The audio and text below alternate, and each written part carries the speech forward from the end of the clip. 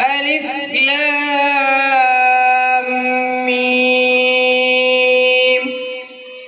ذلك الكتاب لا ريب فيه هدى للمتقين الذين يؤمنون بالغيب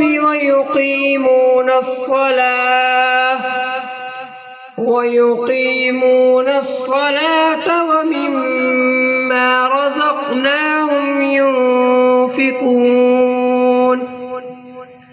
والذين يؤمنون بما أنزل إليك وما أنزل من قبلك وبالآخرة هم يوقنون.